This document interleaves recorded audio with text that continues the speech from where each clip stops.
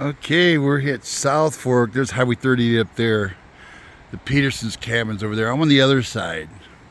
Highline or Frontline Road, I always get them mixed up. But there's a cabin up there that made it. The first one on the left. You come down this road, Frontline, and there's a spur right here that comes off. Cabin 45, you see where that pickup is? That's the Carpenters, number 45. We think that's the first cabin that got hit. I don't know if you can see there, but there's their water line. There's a well up there, a spring. But this is, I think, the first cabin. Now, the son Sam's in there. He's hiking down creek looking for stuff. That is, his dad really wants to see if he can find any pictures or anything. But there was another cabin, he said, right in front of me here. He thinks if their cabin broke loose, it may have swung into that cabin and knocked it into the creek. And then it made a hard left here. And the Holloman's cabin right here is hanging half off. I don't know if you can hear, there's a snowboard there. But let me back out of here. Holloman's Hollow. I'm not sure what number this one is. This is the one that's hanging halfway into the creek. It started to drop this cabin and didn't get it knocked in yet. Sam went down to see if they can find anything, and the road is good into here, about to where this brown one is down here. I was going to drive down, but Sam says that's about it, so I'm going to turn around here. But that cabin made it. That outbuilding looks like it's leaning, but that could have been leaning from before. And I'm not sure if that's an outbuilding. Yeah, it looks like a shed, but evidently they were in here. I saw a guy with an easy up over here working. It may have been those guys, the residents there. Last week I saw some, look like again, that propane's, that's knocked loose, huh? Or is it? We're worried about the propane leaking. I don't smell anything, but it definitely looks like it's cocked a little bit. Of course, who knows?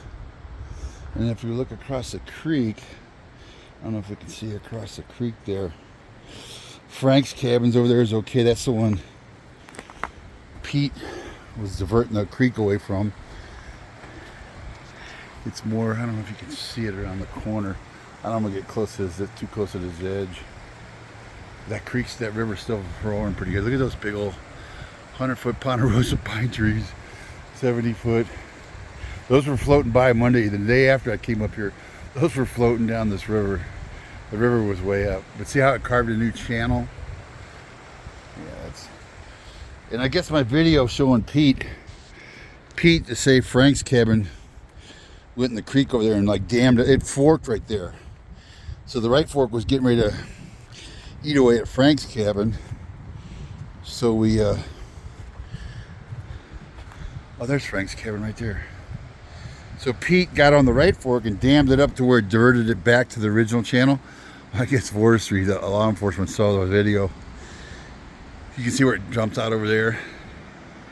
But it forks right up above his cabin.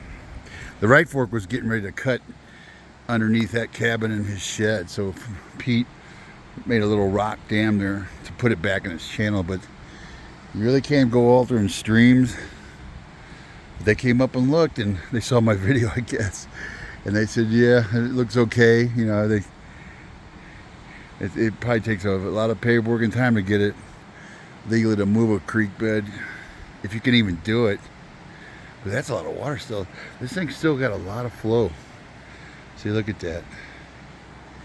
This is, that's Pete's rock cabin over there. Or not, sorry, Frank's. I interviewed him the other day. I can't remember his last name. But the original cabin was this one on the left there. Colonel, I can't remember, he worked for the government. He was a surveyor. He was the original first cabin in here. Now Bruce was telling me his cabin's the first one up there. He was saying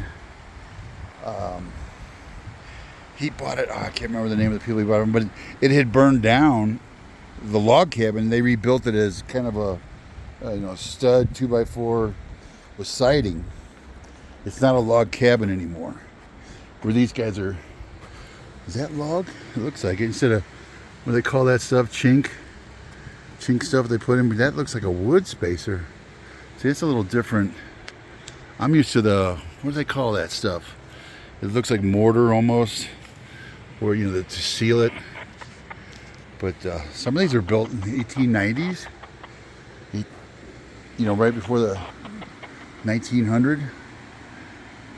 Now Sam found a, excuse me, a shutter. You know, the locking shutter off their cabin. So far we found their signs there.